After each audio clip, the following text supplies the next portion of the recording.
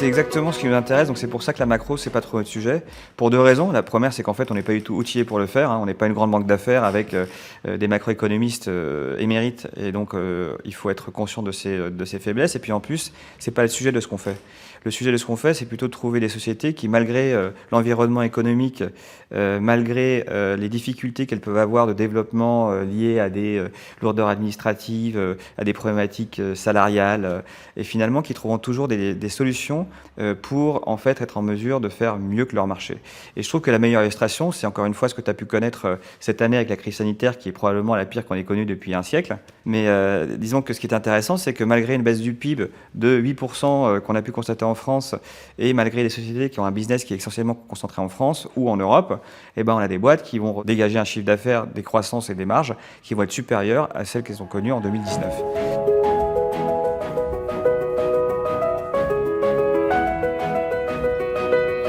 C'est exactement la traduction de ce qu'on souhaite, nous, illustrer dans l'investissement en small caps. Disons qu'elles sont moins sujets, probablement, au cycle économique, parce que simplement elles sont en mesure de pouvoir implémenter, parce qu'elles sont contrôlées, des décisions beaucoup plus rapidement que lorsque tu as un grand groupe qui est effectivement sur plein de géographies, avec plein de filiales. Là, tu as souvent un type qui a fondé la boîte, qui connaît très bien le secteur, puisque ça fait 30 ans, 40 ans, 20 ans, enfin bref, qui sont parfaitement au courant des problèmes et ce que ça peut sous-tendre dans leurs activités au day-to-day business. Et derrière, en fait, ils prennent des décisions beaucoup plus rapidement, et donc ils sont en mesure de pouvoir s'adapter beaucoup plus rapidement. Et donc en fait, la croyance selon laquelle on estime que les small et mid caps sont beaucoup moins résilientes en cas de choc économique, je pense que cette année, on va voir que globalement, on aura finalement une croissance des chiffres d'affaires et des résultats qui va être, j'imagine, un peu meilleure sur le segment des small et mid caps que celle qu'on peut avoir en médian sur les boîtes du CAC 40.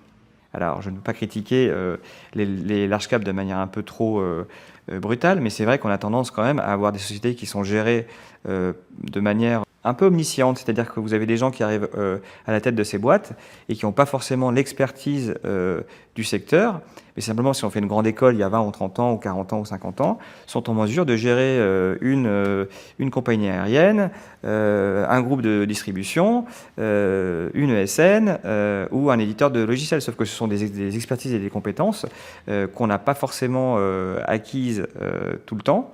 Et d'ailleurs, c'est une grosse différence qu'on voit par rapport aux grandes boîtes allemandes, où je crois que les statistiques montrent qu'en fait que 70% des grands patrons allemands sont issus de l'entreprise elle-même. Donc ça veut dire que souvent ils ont gravi en fait les échelons, et donc ils ont peut-être mécaniquement une meilleure compréhension de leur secteur et surtout du business dans lequel ils sont.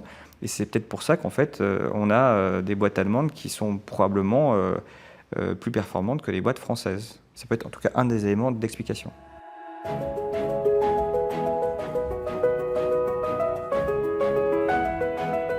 Alors j'ai toujours en fait un problème sur la définition de la croissance.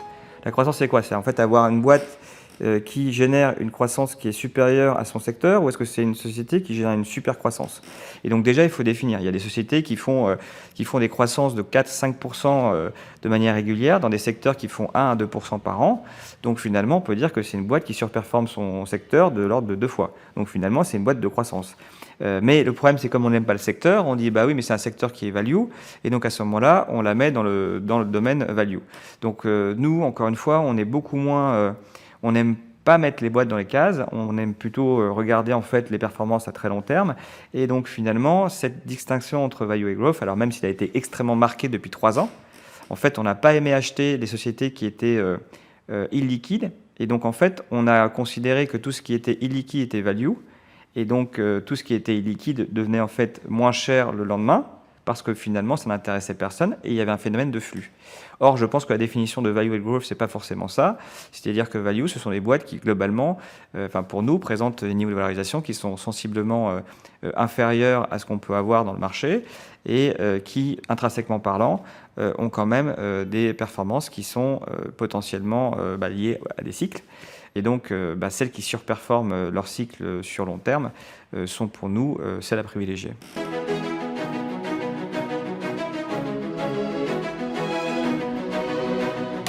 En fait, le problème de la stratégie de rendement, c'est qu'à la fin, de toute façon, le montant du dividende, on le retire du prix de l'action.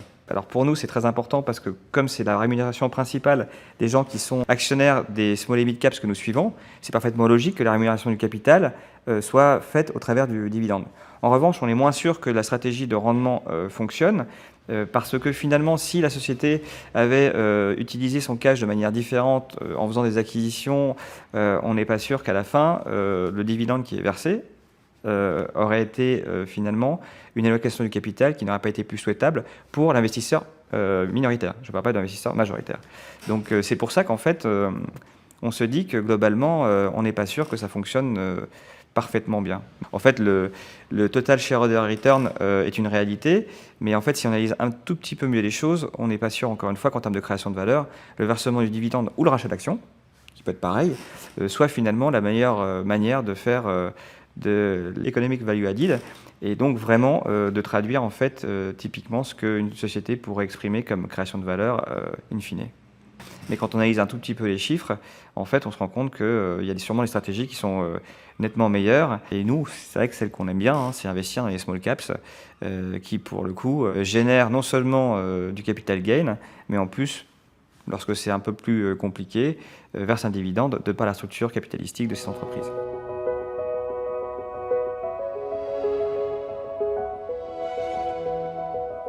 Lorsque c'est structurel, il faut se poser la question de pourquoi est-ce que ça baisse.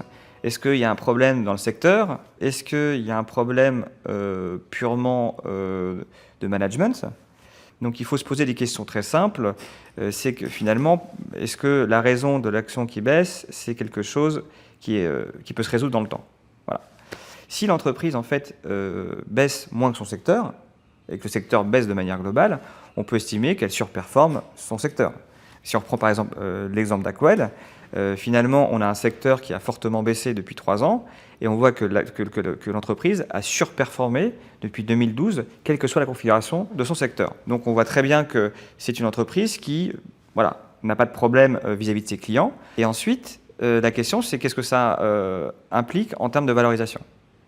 Donc tous ces éléments-là permettent d'abord de se dire, ok, j'ai confiance dans l'action, je sais que cette action a finalement une qualité du management, un positionnement vis-à-vis de ses clients, une technologie, des brevets, tout ça qui me permettent d'être confiant et je me dis que ce qui s'est vu un jour se reverra un autre jour.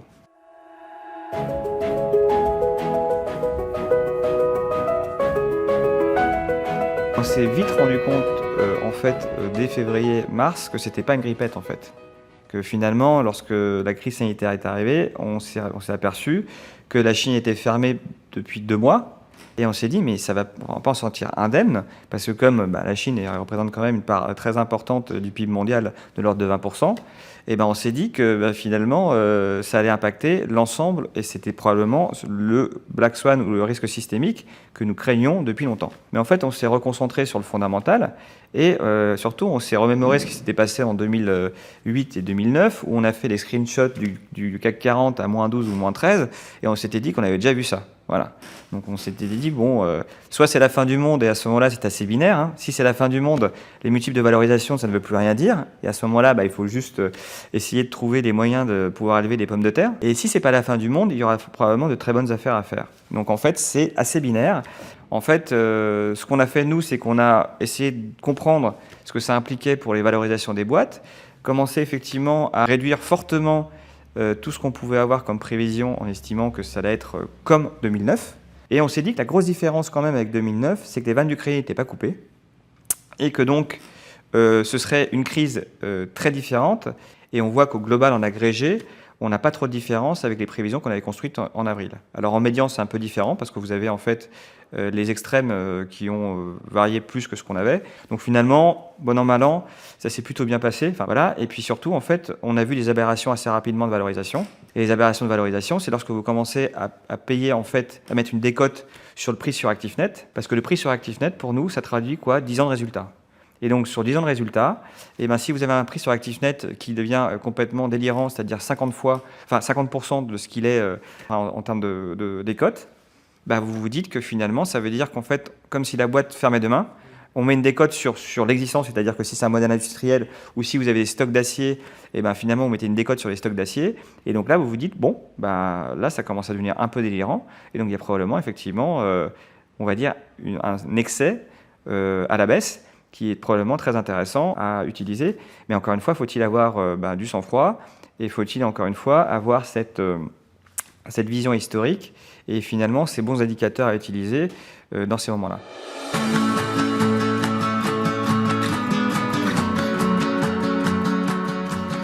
Mon mentor, c'est William Higons, qui gère le fonds Indépendance et Expansion, qui a été notre premier client, donc, et qui est vraiment celui qui a la meilleure vision sur le segment qui nous concerne, c'est-à-dire la valorisation sur non pas des éléments de perception, c'est-à-dire ce qui est une autre manière de gérer, et là-dessus il y a des très très bons gérants, et ensuite c'est quelqu'un qui a beaucoup intégré les théories des grands théoriciens justement de l'investissement value et dont les performances sur très très longue période témoignent de la qualité intrinsèque et qui en plus c'est quelqu'un qui a une vision sur les sociétés que j'ai largement adoptée et avec lequel je partage beaucoup de choses. Je ne suis pas sûr que l'inverse soit vrai, mais en tout cas, c'est effectivement quelqu'un qui a structuré ma réflexion depuis que je suis sur les marchés financiers.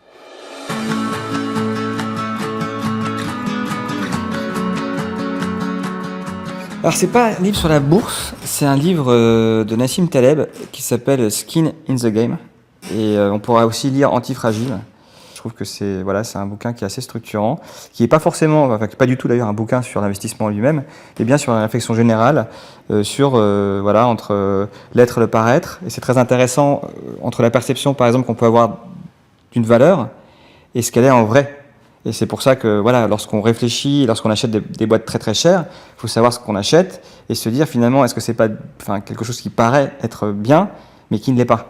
Et donc c'est pour ça qu'il faut réfléchir de manière un peu, pas philosophique, mais en prenant juste un peu de distance par rapport à ce qu'on fait.